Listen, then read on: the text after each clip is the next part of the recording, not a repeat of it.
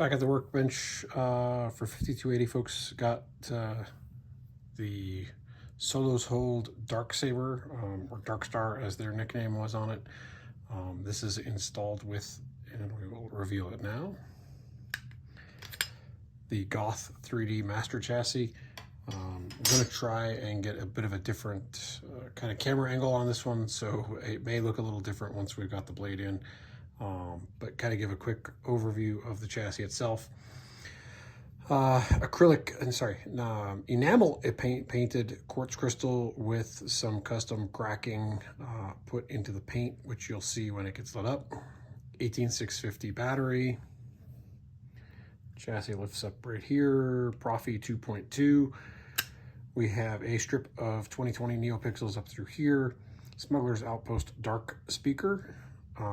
And then it's gonna be too dark. You could barely just kind of see the 3 pins in there for the Bulkin pins connector for the blade itself. That is the hilt.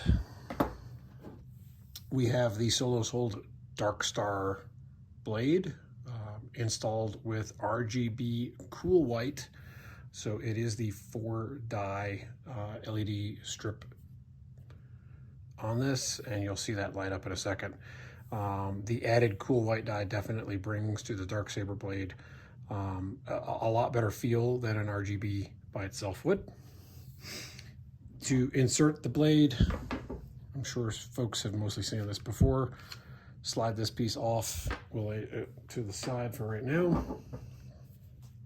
The blade only goes in one way, so you've got no worries of actually inserting it wrong. And then down with the thumb screw. The panel will then slide back in. Magnets hold it in place. And then for this chassis, the kill switch is right here. I've got it set so towards the pommel end it's off, towards the emitter end is on. Maybe I should practice more first. Take it. It's yours. Ignite the blade. Boot font from Rebels. And there's that cracked kind of crystal look glowing through in the Darksaber kind of style like you'd get on the blade. The accent pixels. So I'm going to lay it down and hopefully get a good enough view of a majority of everything as we go through the fonts. Hopefully that should work about right. So we'll go through, this is the Rebels font.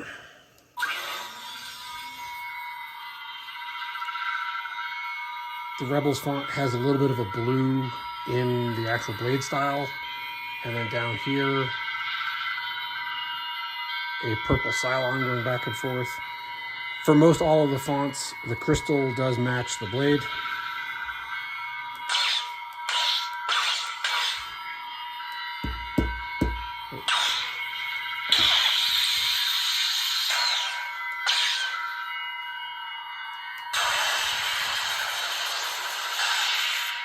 So that's your lockups, your lightning lockup. And then in the off, the purple scrolls just forward. First of, I believe, 2 Mando fonts. And this one's got kind of a Luke arrows kind of coloring to it. I'll put some shade. There it is. When turned on, the red goes solid. The green continues to blink.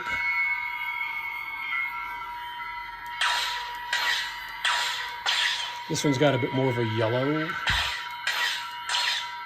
It's kind of hard to see against the desk.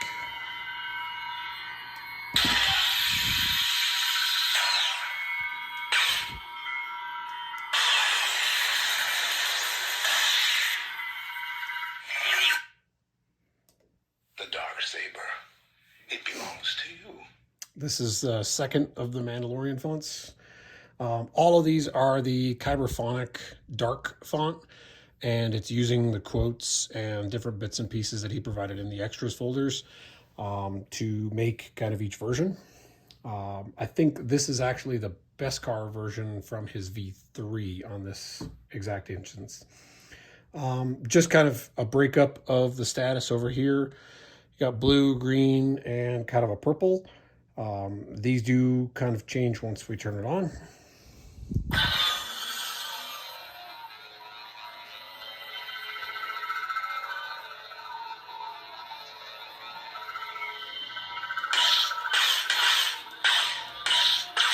Have more of a deep red on the blaster blocks on this one. And on the lockup.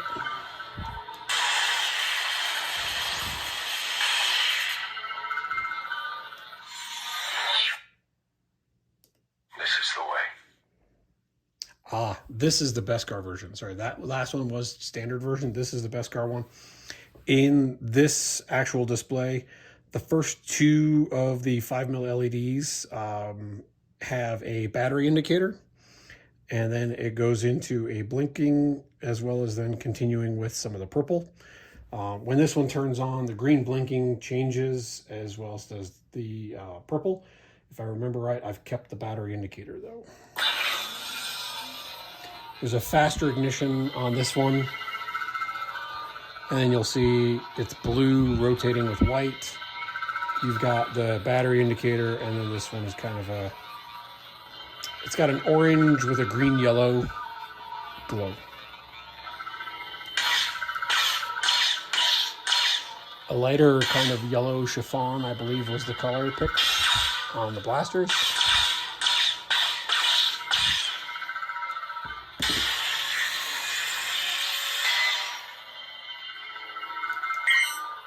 Oops.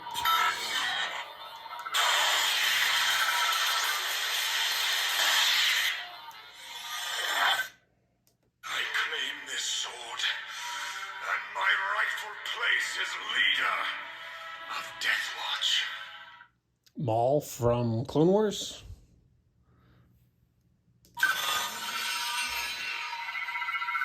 And again, a nice slow ignition on this one, like you kind of see in the animated shows. A lot more flicker and animation on the lower end here.